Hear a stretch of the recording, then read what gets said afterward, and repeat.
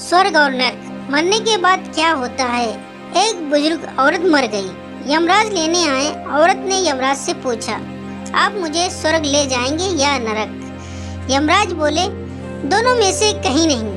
तुमने इस जन्म में बहुत ही अच्छे कर्म किए हैं, इसलिए मैं तुम्हें सीधे प्रभु के धाम ले जा रहा हूँ। बुजुर्ग औरत खुश हो गई और बोली, धन्यवाद, पर मेरी आपसे एक विनती है। मैंने यहाँ धरती पर सबसे स्वर्ग नरक के बारे में बहुत सुना है, इसलिए मैं एक बार दोनों जगहों को देखना चाहती हूँ। यमराज बोले, तुम्हारे कर्म अच्छे हैं, इसलिए मैं तुम्हारी यह इच्छा पूरी करता हूँ। चलो हम स्वर्ग और नरक के रास्ते से होते हुए प्रभु के धाम चलेंगे। दोनों चल पड़े। सबसे पहले नरक आया। नरक में बुजुर्ग औरत ने जोर जोर से लोगों के रोने की आवाज सुनी। वहाँ नरक में सभी लोग दुबले पतले और बीमार दिखाई दे रहे थे। औरत ने एक आदमी से पूछा, यहाँ आप सब लोगों की ऐसी हालत क्यों है। आदमी बोला, तो और कैसी हालत होगी। मरने के बाद जब से यहाँ आए हैं, हमने एक दिन भी खाना नहीं खाया। भूख से हमारी आत्माएं तड़प रही हैं। बुजुर्ग औरत की नजर एक विशाल पतीले पर पड़ी, जो कि लोगों के कद से करीब 150 फीट ऊंचा होगा। उस पतीले के ऊपर एक विशाल चम्मच लटका हुआ था। पतीले में से बहुत ही शानदार खुशबू आ रही थी। बुजुर्ग औरत ने उस आदमी से पूछा, इस पतीले में क्या है। आदमी मायूस होकर बोला, ये पतीला बहुत ही स्वादिष्ट खीर से हर समय भरा रहता है।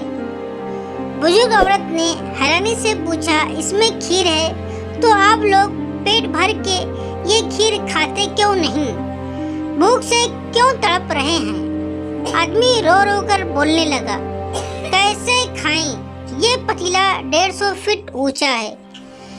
हम में से कोई भी उस पतीले तक नहीं पहुंच पाता। यह सुन बुजुर्ग औरत को उन पर तरस आ गया। सोचने लगी, बेचारे खीर का पतीला होते हुए भी भूख से बेहाल हैं। शायद ईश्वर ने इन्हें यही दंड दिया होगा। अब यमराज बुजुर्ग औरत से बोले, चलो हमें देर हो रही है। दोनों चल पड़े। कुछ देर चलने पर स्वर्ग आया। वहाँ पर बुजुर्ग औरत को सबके हंसने और खिलखिलाने की आवाज सुनाई दी। सब लोग बहुत खुश दिखाई दे रहे थे।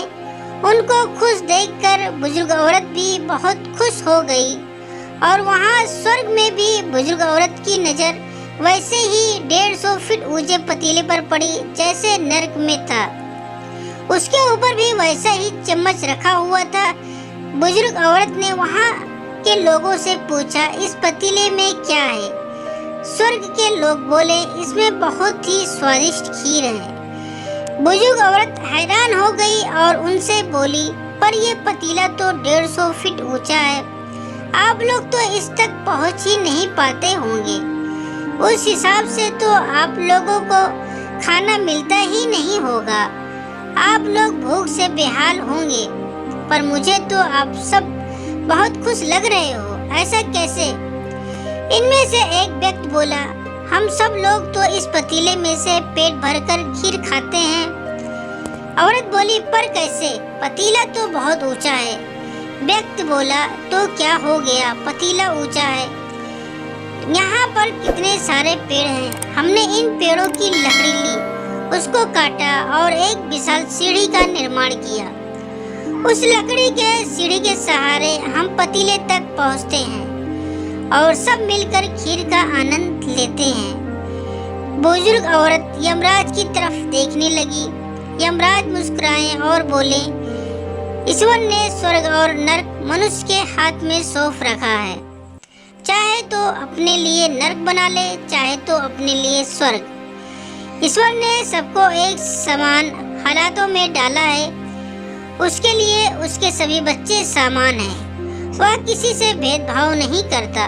वहाँ नरक में भी पेड़ पौधे सब थे, पर वह लोग खुद ही आलसी हैं। उन्हें खीर हाथ में ही चाहिए। वह कोई कर्म चाहते, कोई मेहनत नहीं करना चाहते, इसलिए भूख से बेहाल हैं। क्योंकि क्योंकि यही तो ईश्वर की बनाई इस दुनिया का नियम है। जो कर्म करेगा, मेहनत करेगा, उसी को मीठा फल खाने को मिलेगा। स्वर्ग के सपने छोड़ दो, नरक का डर छोड़ दो। बस आपकी वजह से किसी का दिल ना दुखे इतना सोचो और बाकी सब कुदरत पर छोड़ दो। दोस्तों, हम आशा करते हैं कि आपको स्वर्ग और नरक की कहानी सुनकर जरूर अच्छी लगी होगी।